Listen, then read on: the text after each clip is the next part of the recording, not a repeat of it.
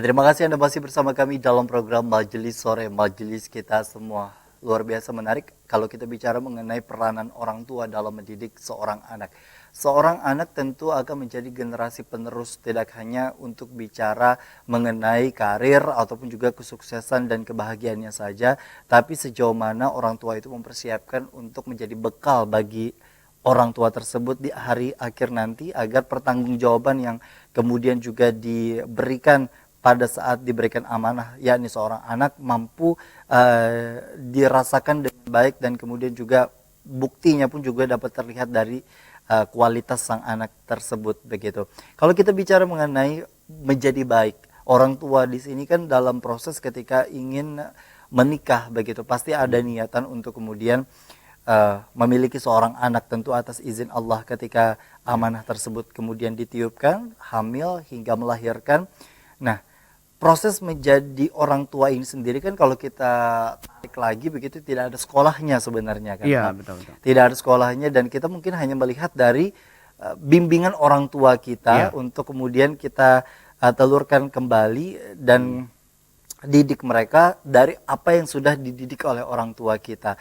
Sejauh mana sebenarnya kita membenahi proses pendidikan seorang anak, terutama pada masa lahirnya hingga mungkin golden age 0 sampai 5 tahun itu tadi. Iya, betul. Jadi ini konteks kita masih dalam masa pandemi ya.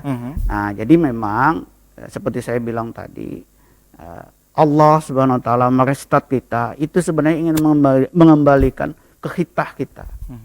Ya, ke posisi kita masing-masing. Nah, sebagai orang tua ya, ketika proses misalnya pembelajaran dikembalikan di rumah, ya, kita baru nyadar kan yang selama ini kita memang sangat terpaku kepada sekolah. Menumpuk ya. Jadi menyerahkan 100% kepada sekolah. Nah, oleh sebab itu saya kira kita tetap menggunakan supaya tidak ada para hadirin misalnya menyesal.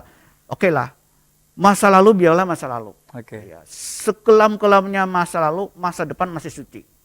Nah, oleh sebab itu saya kira kedepannya mari kita benahi ini. Yang belum menikah, ya seperti sampean bilang tadi, mari benahi diri, betul-betul belajar, betul-betul bagaimana menjadi orang tua yang baik, bagaimana menyiapkan generasi yang baik. Ya, sebagaimana yang disyaratkan oleh surah An-Nisa ayat 9 kan, jangan sampai melahirkan generasi yang lemah. Ya, jadi di ujung ayat kan di situ disampaikan bagaimana kita harus meningkatkan ketakwaan kita, keimanan kita kepada Allah Subhanahu wa taala. Nah, jadi saya ulangi, bagi yang belum nikah, siapkan betul-betul ya pengetahuan agamanya, bagaimana melahirkan generasi yang baik. Bagi yang sedang mengandung ya, persiapkan betul-betul pendidikan anaknya. Bagi yang punya anak kecil ya, tentu kita harus banyak belajar. Dan sekarang sebelum belajar dimanapun ada.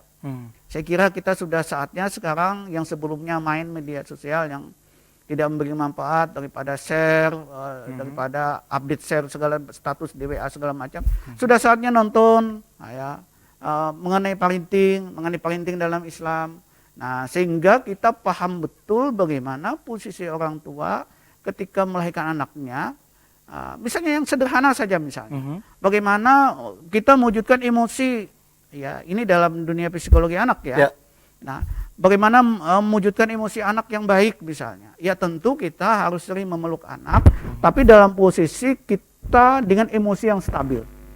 Nanti kita akan menanamkan kepada anak jiwa yang stabil juga. Nah, oleh sebab itu hampir tiap hari kalau punya anak kecil misalnya, apalagi dalam golden age seperti sampean bilang tadi, ya kita harus sering memeluk anak, ya harus memberi contoh yang anak, ya tentu. Yang kedua misalnya kita juga harus memperlihatkan bagaimana ketenangan jiwa seorang ibu, ya tentu tidak boleh berbicara terlalu nyaring, apalagi sampai marah-marah, ya karena banyaknya beban misalnya kan di rumah tangga kan. Nah, tentu untuk anak tidak seperti itu. Kalaupun misalkan memang kadang ya yang namanya emosi, mungkin orang tua di tengah sibuknya bekerja dan lain sebagainya, setidaknya mungkin diajarkan untuk meminta maaf sesegera mungkin ketika itu sadar. Iya, betul. Nah, kalau salah ya minta maaf begitu. Ya, jangan merasa karena orang tua tidak berhak untuk meminta maaf kepada anak. Betul. Karena mungkin itu bisa jadi memori bagi mereka apalagi sampai terjadinya trauma dan itu mungkin kita hindari. Iya. Tapi kalau kita bicara mengenai perkembangan teknologi hari ini, Pak, banyak dari orang tua pun juga memilih eh, memberikan gadget atau gawainya kepada anak-anak agar anak tersebut diam, padahal masih di usia 0 sampai 5 tahun begitu. Artinya memang juga di sini apakah memang itu sebuah kesalahan atau sebenarnya hal tersebut juga dapat diminimalisir bahwa dari orang tua yang tinggal bisa-bisa dalam hal memilih apa saja media untuk kemudian dipergunakan, Pak. Oh ya, jadi dalam konsep media ya, ini yang perlu saya sampaikan. Jadi berbagai macam teori media yang kebetulan saya sudah sangat mendalami itu. Misalnya kayak kata Henih dan kawan-kawan itu bilang bahwa bagi ibu misalnya yang sedang ini penelitian di barat ya, tetapi saya kira ini juga dalam konteks Islam juga saya kira sangat pas. Jadi kalau ibu misalnya waktu hamil ya, sukanya nonton film India saja, apalagi nonton film yang sifatnya itu pacaran atau bagaimana begitu. Nah itu nanti akan merasuk ke anak yang di dalam kandungan. Makanya jangan berpengaruh. Iya, berpengaruh. Karena kalau yang ditonton sifatnya adalah gambar image, itu semuanya terekam. Anak kecil meskipun baru lahir, dia nonton TV, semua yang dia lihat di TV itu akan direkam. Dan suatu saat nanti akan muncul di kepalanya. Tidak sekarang, tapi 10-20 tahun yang akan datang. Makanya jangan heran, mohon maaf sekali, banyak orang tua yang tidak paham, misalnya dalam berhubungan suami istri. Anaknya masih kecil, umur 0 sampai 5 tahun. Dilihatkan aja anaknya masih bangun berhubungan itu. Nah itu mengajar yang tidak baik, nanti akan muncul 10-20 tahun, nanti di rekaman itu akan muncul. Dan akan mempengaruhi ke jiwa anak itu. Nah oleh sebab itu, tetap saja ya, asas-asas kelaziman, ya, asas-asas kesopanan, nah itu tetap harus dijaga dalam posisi apapun. Dan saya kira Islam sangat komprehensif untuk menjelaskan itu tentang adab anak itu seperti apa adab begitu, anak Pak, ya? itu seperti itu. Karena kalau kita bicara mengenai adab anak, Pak, tidak lepas memang juga ada beberapa penelitian kan yang memang menyebutkan beberapa dari perilaku karakteristik dari seorang anak tidak lain dan tidak bukan didominasi adalah keturunan dari orang tuanya, baik itu dari bapak ataupun juga ibunya begitu. Nah, ketika beberapa karakter ini dirasa sebenarnya bertentangan dengan kondisi sebaiknya anak harusnya seperti apa. Apa yang harus dilakukan oleh orang tua ketika orang tua ini sudah merasa sadar begitu bahwa yang menjadi kekurangan dari dirinya dan kemudian ternyata diikuti oleh anak tersebut agar bisa sedemikian rupa dapat diseimbangkan. Ya, jadi banyak istilah kan, madrasatul rumah tangga itu adalah madrasah utama dan utama. Itu ada istilah itu. Artinya memang di sekolah, di rumah tangga itu memang awal-awal pendidikan anak. Nah, tetapi kan karena orang tua itu punya tanggung jawab, ya. Orang tua itu punya tanggung jawab untuk bagaimana mendidik anak tentu tidak bisa 100%. Oleh sebab itulah didikannya sekolah-sekolah.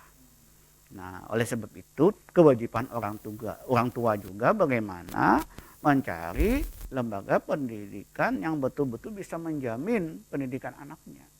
Oleh sebab itu saya kira yang sangat relevan tetap pondok-pondok pesantren ya untuk pendidikan anak, terutama anak-anak di usia awal ya sampai remaja.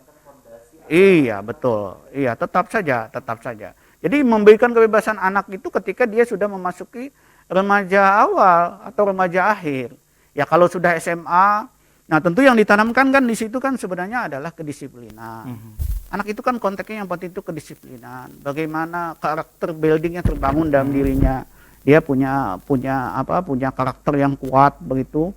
Nah yang ketiga dia punya ketaatan agama yang kuat yang sehingga ketika dia misalnya tidak salat 5 waktu dia gelisah. Dan itu kan sebenarnya adalah pembiasaan yang dilakukan secara berulang-ulang.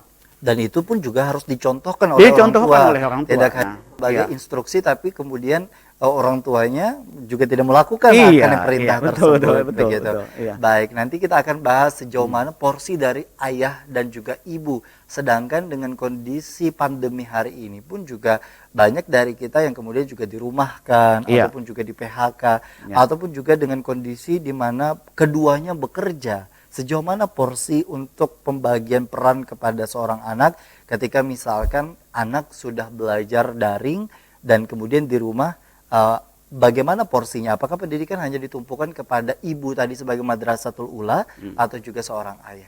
Kita akan kembali usai jeda. Tetaplah bersama kami dalam program Majelis Sore, Majelis Kita Semua.